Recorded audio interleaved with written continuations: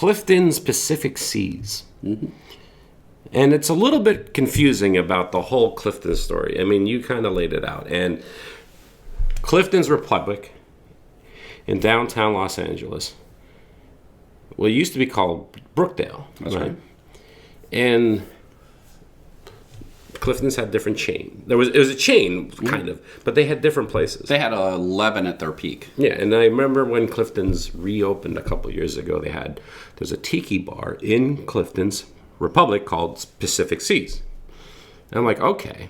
And then I learned through you that no, there was a completely different location called Clifton's Pacific Seas. And all the pictures that I always saw where the facade outside was like the waterfalls and everything like that, that wasn't Clifton's Brookdale / Republic. That was this completely other building. Yep. But unfortunately isn't there anymore. Right. Well, back in the day, they used to have these girls, what they call photo girls, right? Mm-hmm. Yeah, they were young women, and the cute young girls. Their late teens, early 20s. Yeah, and they'd go around and they'd be like, hey, do you want to take a picture with a cute girl? You know, it was just completely... Or just a picture of the person they were with, or the person as a souvenir. Yeah, it's just like a souvenir, and like, well, there was a lot of GIs and stuff like that. Hey, yeah, I'll take, yeah, sure, I'll have $1. Hey, come here and make. Yeah.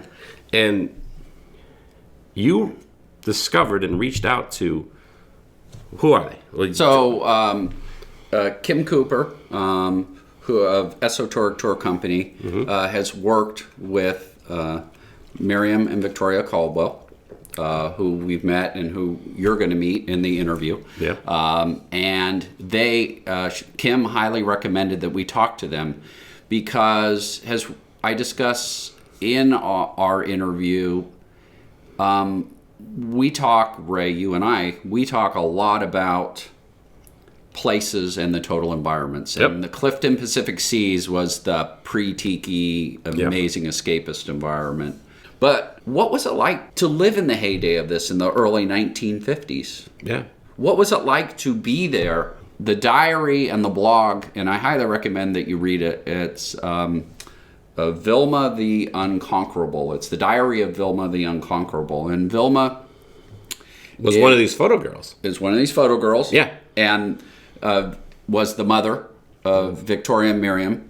Yep. Kept diaries. Like plural diaries. Through the 1950s while working, and you can go online and get her experience before she worked as a camera girl. She was working near the 6th Street Bridge in Los Angeles in what she felt was a menial job, doing sort of like accounting, number crunching, literally. And she, even in her diaries, say, I dream of leaving this dreary job, and maybe I could work at Clifton someday. Maybe I could serve there or find some job, or the amazing dream would be to become a photo girl. And she eventually did that and was very enterprising and entrepreneurial. And the great thing about the diary, because we're going to have at the end a dramatic reading of some of the diary entries, and Ray, your reaction to those. There was Miriam and Victoria's mom did a lot of dating back in the day. Yeah. She did a lot of dating. Well, she was a very attractive, very attractive woman, and for what they said, everything was on the level and clean. But she has a lot of. She left. Well, unfortunately, she's passed away. Mm-hmm. But she left behind her daughters, like a lot of paraphernalia, a lot of pictures, a lot of photographs, the camera, and we're gonna get And the diary are perfect 1950s noir. Yeah. They're short sentences. She tells it like it is. Yep. We're gonna some phrases, and it's just it was just a delight. I mean, it was just so much fun to put ourselves back in time and see both the struggles and the joys of being a young woman in Los Angeles, in downtown in the 1950s, at the peak of the Cliftons, at the peak of the fancy restaurants, the Brown Derbies, the Ambassador, the Coconut Grove, and Ciro's, on and on. So that's what we experienced through them, and we had a lot of fun. Yeah, so let's go have a chat with Miriam and Victoria.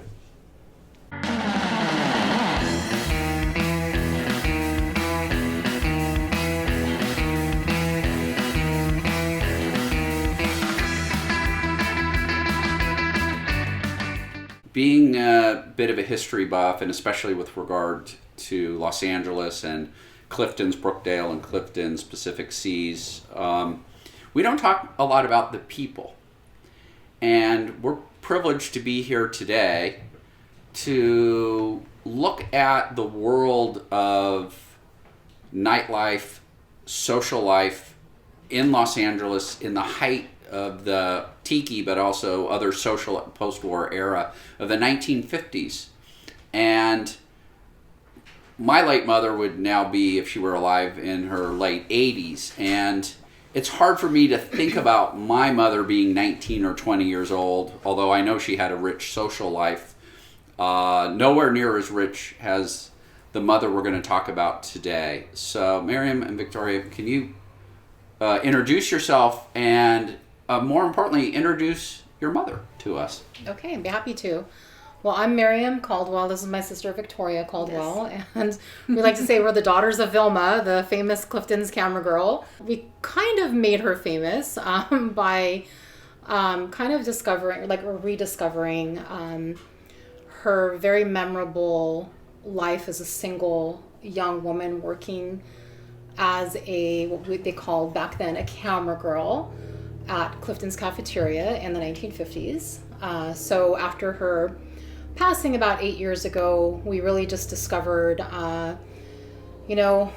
she told us about her life and what she did when she was young, but kind of rediscovering her memorabilia and going through it as an adult, there was much more resonance to it.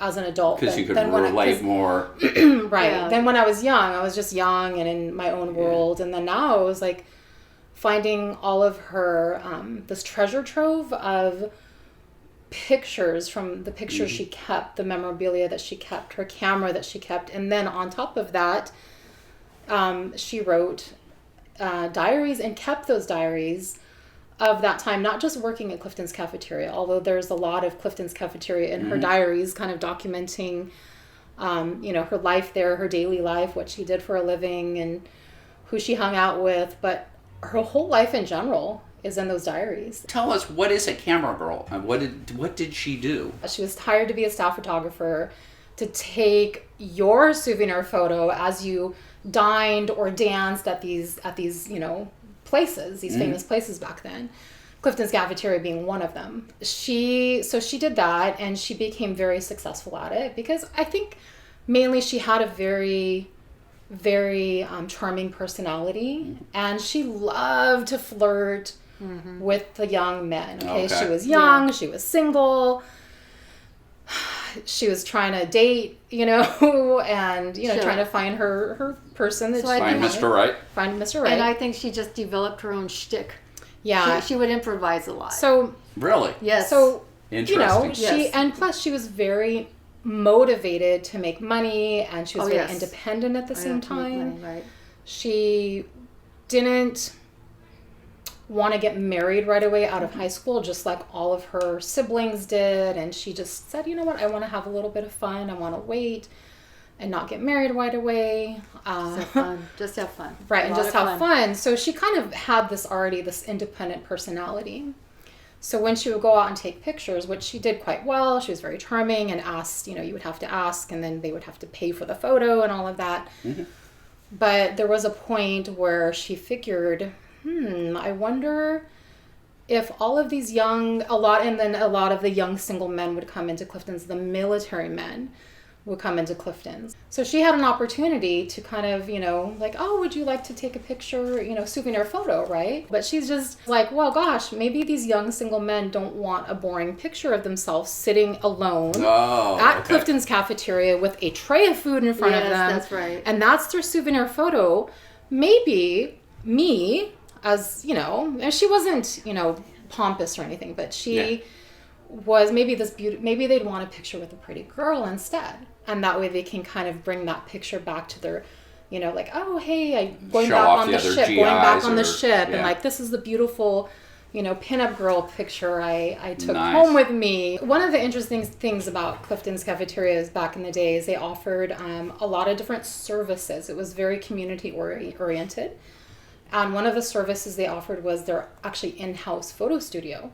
And that was actually at Clifton's. They had a photo studio. So they developed the film there. Yes. Wow. So they had the photo studio at both locations of Pacific Seas and Clifton's Brookdale. So you have some show and tell and some elements from your presentations that you kindly share with Ray and I today. So I'll let you talk about whatever you'd like. Just a couple of things. I have her old Yashica matte camera from back in the day. So this would really be one of the cameras that they used at the photo studio. So the Diaries and Compass, a little bit more than Clifton's, of course, because this is kind of like her whole. But this is actually just one of the diaries. There's actually 4 altogether. There's 4 of them, but we have the 3. One is missing. So there's from 1950 to 1955. So I have 4 from that time span. But she was pretty consistent in writing. So there's definitely, I can kind of track from her before she started working at Clifton's to like the very end of Clifton's, and how she stopped working there, and then how she met my dad. I mean, I have this whole lineage basically. And I know part of our presentation is actually quoting some of the diary quotes, and my sister portrays my mom as the voice of Vilma, kind of gets into her character, and we kind of tie in the story. We kind of tell the story, but then also kind of, throw out some of the diary readings to kind of bring it in together. So, Victoria. Yes. You are going to read some of your mom's diary journal entries. Is that what you're going to do? But you're going to read it as your mom. Yes, as her mom, as my mother would be saying it in her real voice and with her real attitude. So can you do like a really good imitation of your mom? Yes. I have it. Here's an imitation of my mom. Raymond, get down here. Are you in or are you out? Are you in or are you out? That's there you go. That's an imitation of my mom. No, not Hi, like Mom. that How's one. it going? Okay. You have to get in the narrative. You have to get in the character. I'm fine. You have to do like this. I'm fine. I know the way Mom is. Okay. I mean, man. All right. What's my motivation? Okay, so we'll start off with a couple diary entries. This one is from Wednesday, May 12th, 1954. Okay. Went out with this new busboy at work. He just started yesterday. He's real good looking. He took me to his apartment later to hear his crazy bop records, and then tried to make me. End of Tony the Best Boy. Good thing I can hold my liquor.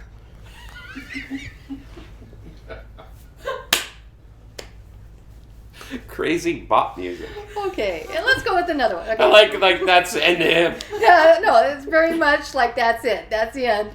Okay. No, wait, that was the whole general. That was that day. That was that day. Yes. Not like, well, I got up and had. Okay. No, it doesn't go like that. She's very So straightforward. the diary is very specific. Very specific, On yes. top. The topic is very specific. What do we get? Very much so. Okay, let's go Let's with do another one. Friday, May 23rd, 1952. All right. Doug came down tonight with a new 49 Ford. I don't care 2 hoots about him. I used to like him last summer, but now he's strictly for the birds. But I don't believe the birds will have him. I used to think he could kiss positively, definitely, perfectly flawless. But his kisses are strictly stinko now. Oh well, everybody can't be perfect. So hold on a second. So his kissing quality. Yes, no. Like, how does one become a worser? Over time. Is worser? Is that a word? How does someone Worser. become like kissing is kind of like riding a bike. It's like you do it and then that's how you do it. Because I think what she's And usually if you go worse, someone says like, hey, a little less tongue. I think Right? You don't. That's the secret. It's, I think what she's trying to portray is that he was not passionate enough. She liked a little bit of extra, oomph. So wait, hold on. What type of car was it? Oh, it was a 49, a brand new 49 Ford. 49 Ford. Oh, I thought it was like a Thunderbird. I'm thinking like she's being punny with the bird, the Thunderbird, the birds. He's for the birds. I love how matter of fact your mom is. Yeah, she's very matter of fact. Okay. Tuesday, May 18th, 1954. George took me to the police show tonight. No, wait, the police were together back I have then? no idea what this means. What is the police show? Were they playing synchronicity or message in a bottle or... Are you talking about the band The Police? That's what it says. Policeman's George took me to the police show tonight. Or Policeman's charity ball. event. Okay. I don't think the police were together yet. I think Sting might have been like 10 back then. I don't know. Okay. Go on. He's not into 80s music. No. Was your mom into New Wave? No. Not at all. Oh, I messed up. He was like, went and saw City of Opera last night. No.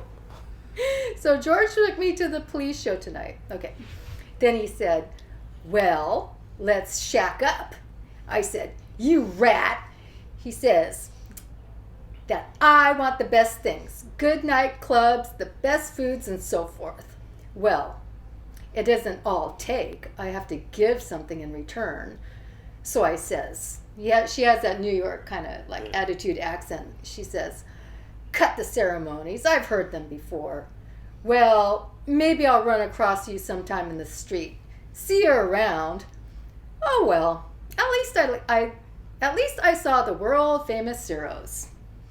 See, she's ending on a good note because she doesn't really care. She just What did he call it? Shacking up? shacking up. Shacking up. And what was the other one? Make me? Yeah, Yes. Make me. her. Yes. And then now we're gonna shack up. That's another Yeah. word for whoopee? Is that what? Yeah. Yeah, you could say that. You That's never what they heard that called one? sex in the 70s. Whoopee. Oh yeah. Remember that dating game or whatever? The dating game. That's right. No, Okay. I gotta hear Let- another. well, I gotta hear another. Okay. So I'll give you a little narrative here. Vilma wanted to be friends with all the other camera girls, but sometimes, that didn't go over too well.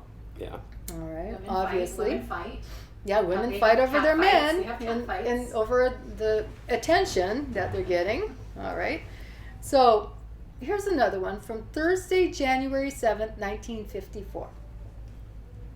Larry picked me up after work and we went to the show. Margie, my camera girlfriend, was flirting with him today. Only it didn't break any ice with him. I sure felt like spitting in her left eye. Larry also put a new fuel pump on my car today and put a spark plug in my pipe so it will shoot flames when I go about 80 or 90 miles per hour.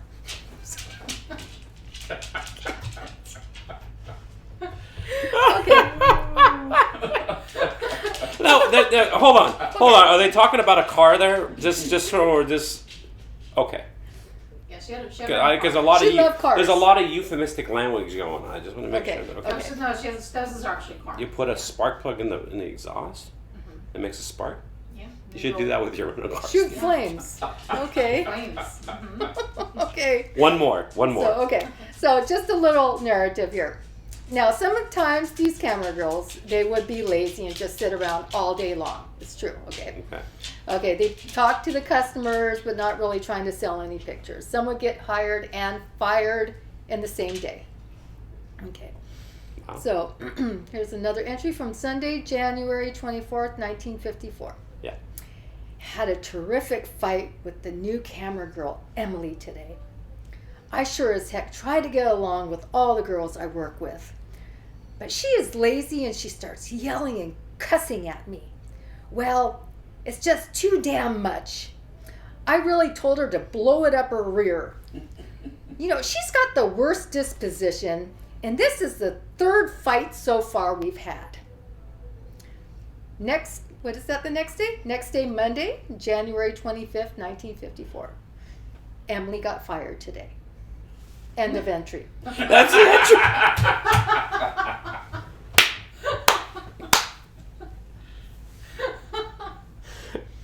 They ain't gonna get better than that. Are you okay? It ain't gonna get better than that. The only thing, Like the only thing that mattered to your mom that day was that Emily got fired.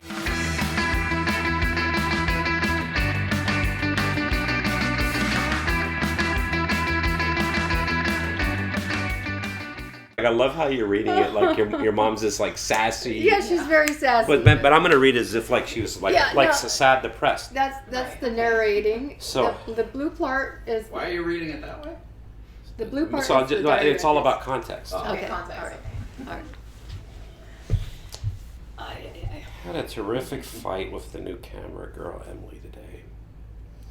I sure as heck try to get along with all the girls I work with. She is lazy and starts yelling and cussing at me. It's just too damn much. I'm like emo, like an emo kid, you know. I really told her to blow. What you see? There's no way. There's no way you can. Want to support the Tiki with Ray show and look cool doing it at the same time? Then head over to tikiwithray.com and buy yourself a Tiki with Ray shirt. They're only $20. Tony Canepa did the design and they're screen printed in America.